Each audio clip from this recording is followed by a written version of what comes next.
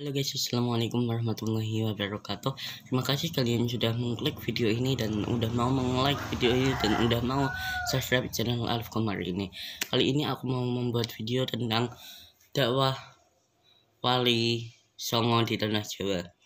Itu untuk bagi orang Jawa dan sekitarnya itu sudah nggak asing lagi karena Wali Songo itu ada dakwahnya di mana-mana ya guys ya. Seperti yang akan aku ceritakan pagi hari ini, yaitu Sunan Kalijaga. Kalian udah nggak asing lagi dengan Sunan Kalijaga. Dan sebelum itu ya guys ya, ini aku mau mengasih info. Ini aku membacanya dari buku LKS aku, dan aku akan mengamalkannya sedikit-sedikit setelah aku baca. Dan aku nggak hafal semuanya, jadi aku pakai teks juga apa-apa ya guys ya. Oke, lanjut. Sunan Kalijaga. Sunan Kalijaga lahir sekitaran tahun 1450 Masehi. Ia adalah putra dari Raden Sahur atau Tumenggung Wilatikta, Adipati Tuban, dan Dewi Nawangrum. Sunan Kalijaga bernama asli Raden Said. Sunan Kalijaga memiliki sejumlah nama panggilan seperti Branda Lokajaya, Syekh Malaya, Pangeran Tuban, dan Raden Abdurrahman. Kakek Sunan Kalijaga yang bernama Arya Teja. Nama aslinya adalah Abdurrahman, orang keturunan Arab. Karena berhasil mengislamkan Adipati Tuban yang bernama Arya Digara, Abdurrahman menikahi putri Arya Digara ketika menggantikan kedudukan mertuanya sebagai Bupati Tuban. Abdurrahman menggunakan nama Arya Teja.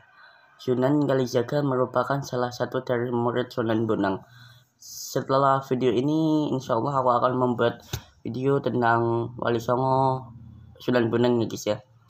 Disebut Kalijaga artinya Sunan yang menjaga sungai. Karena Sunan Kalijaga pernah bertapa di tepi sungai selama kurang lebih 3 tahun untuk menjaga tongkat Sunan Bonang. Seru kan guys? Seru kan? Lanjut, ini ceritanya.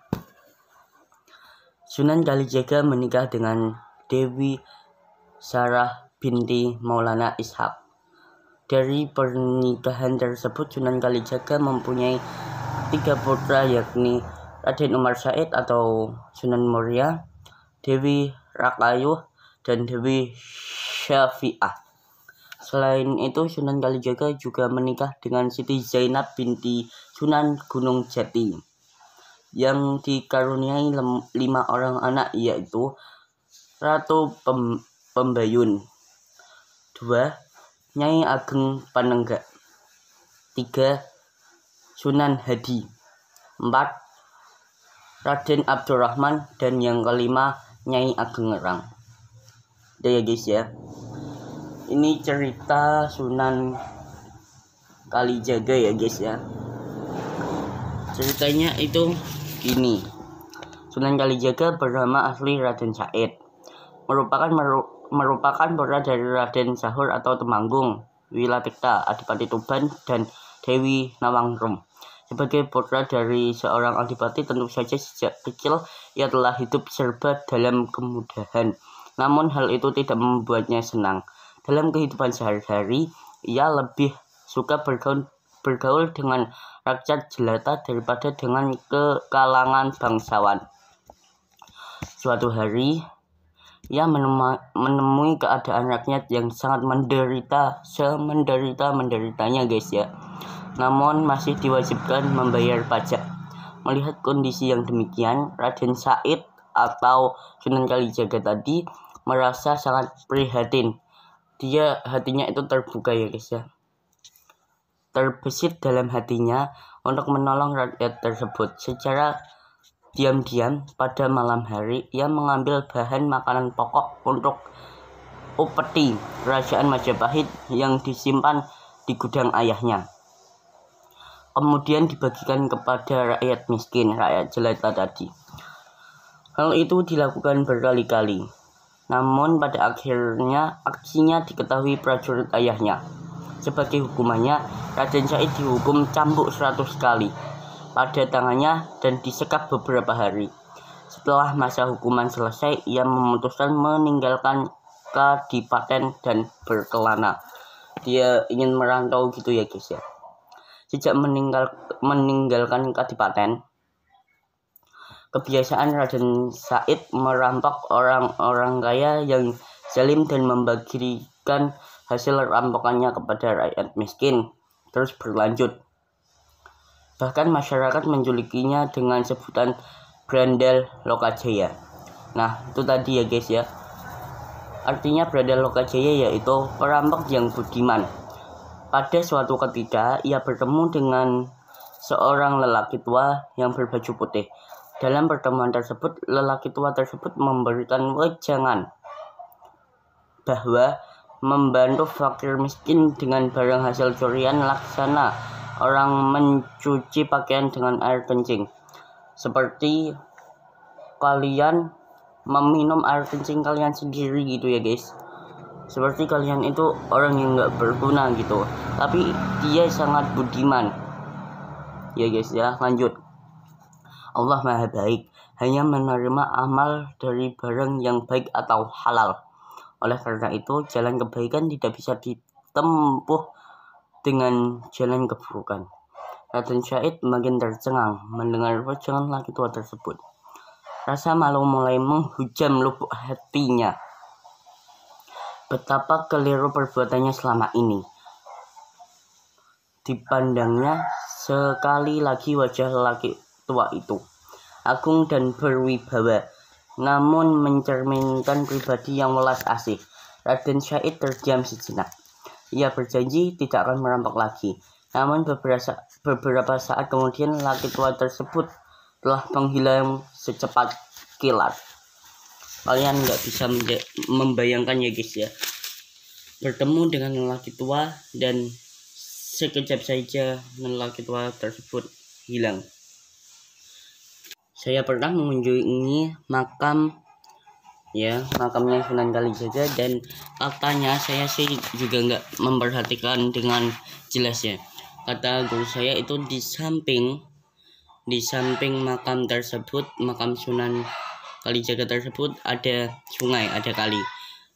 Disitulah dia berapa di situ dan menunggu. Kata guru saya di samping tersebut ada sungai dan Sunan Kalijaga berapa di situ untuk menunggui tongkat Sunan Benang yang udah diangkatkan tersebut ya guys ya. Sunan Kalijaga mendakwahkan Islam dengan menggunakan kesenian dan kebudayaan sebagai sarana untuk berdakwah, antara lain menggunakan seni ukir, wayang, gamelan, dan seni suara. Dalam berdakwah, Sunan Kalijaga dikenal akomodatif terhadap unsur budaya Jawa. Selain itu, Sunan Kalijaga juga menggunakan seni ukir, wayang gamelan, serta seni suara suluk sebagai sarana dakwah. Ya, metode dakwah tersebut sangat efektif. Sebagian besar adipati di Jawa memeluk Islam melalui Sunan Kalijaga. Di antaranya adalah Adipati Padanaran, Kartasura, Kebumen, Banyumas, serta Pajang sekitar Kota Gede sampai Yogyakarta. Sunan Kalijaga wafat dan dimakamkan di Desa Kadilangu. Area makam Sunan Kalijaga masih di dalam kota Demak, kira-kira berjarak 3 km dari Masjid Agung Demak. Lanjut ya.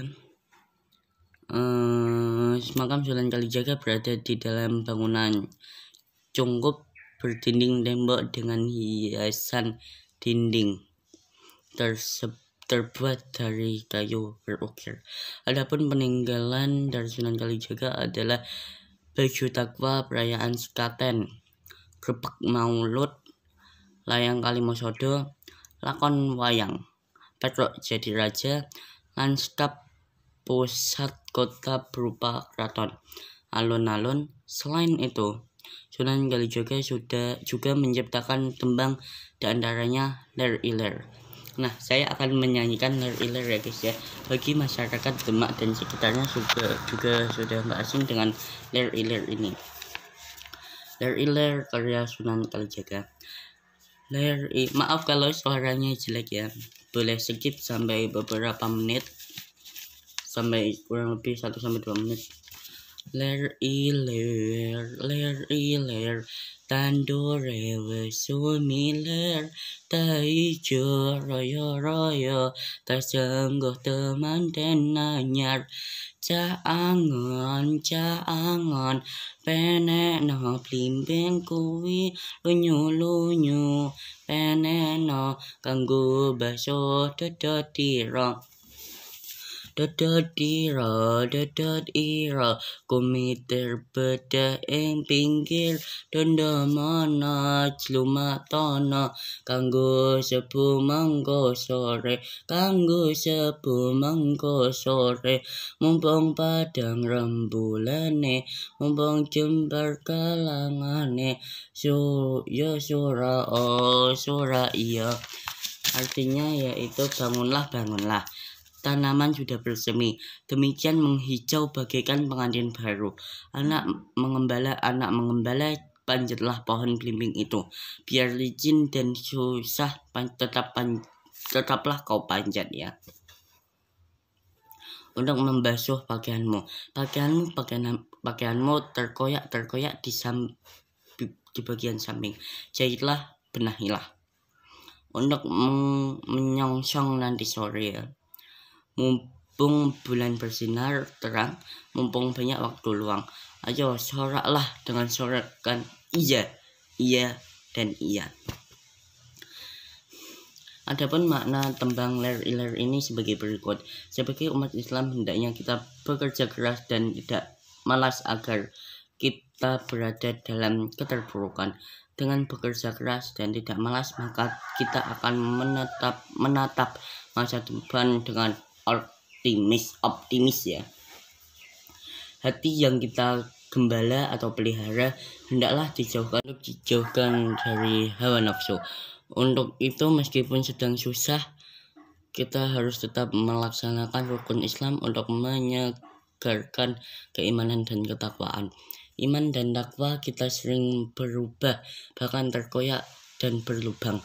Perbaikilah supaya nanti siap apabila dipanggil oleh Allah Subhanahu wa Ta'ala. Sebab sebaik-baik bekal menuju akhirat adalah takwa, menjalankan perintahnya dan menjauhi larangannya.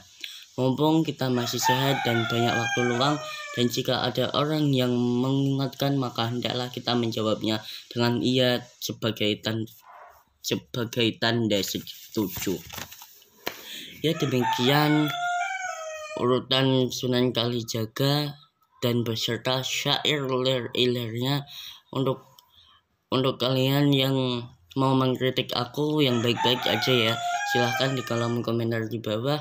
Dan untuk kalian yang belum subscribe dan aktifkan lonceng notifikasinya juga, agar kalian gak ketinggalan video menarik terbaru dari channel aku ini dan juga tembang wali songo yang lain. Oke, see you next. Wassalamualaikum warahmatullahi wabarakatuh.